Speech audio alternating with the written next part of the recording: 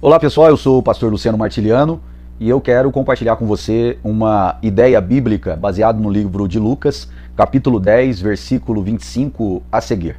E o tema dessa reflexão é desça do seu jumento. A gente vai entender durante essa reflexão por que nós devemos descer do nosso jumento. O texto bíblico de Lucas, capítulo 10, versículo 25, começa dizendo que eis que se levantou um certo doutor da lei, tentando, dizendo, mestre, o que eu farei para poder herdar a vida eterna?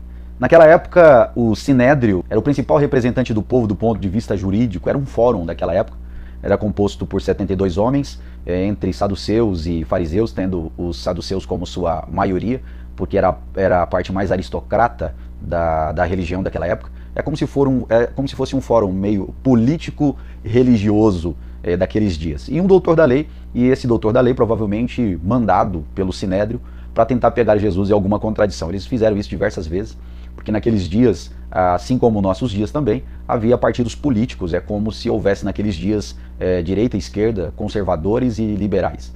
Os conservadores tinham um partido que era representado por um rabino e pelas suas ideias, que era Shammai, e tinha os liberais, que era representado por Hillel. E Hillel tinha ideias mais liberais a respeito da Torá, enquanto Shammai tinha ideias mais conservadoras. Provavelmente esse doutor da lei, ele vai até Jesus para pegar Jesus em algum tipo de contradição.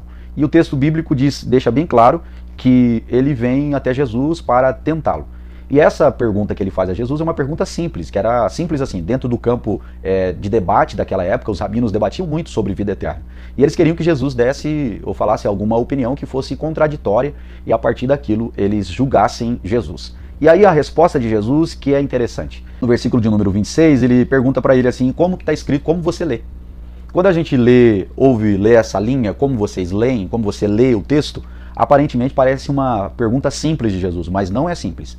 Jesus entende que o doutor da lei sabe muito bem o que ele está perguntando, como lês? Porque naquela época, fazer esse tipo de pergunta só se fazia para um outro rabino, como você lê as escrituras? Isso significa qual é o espírito que você lê?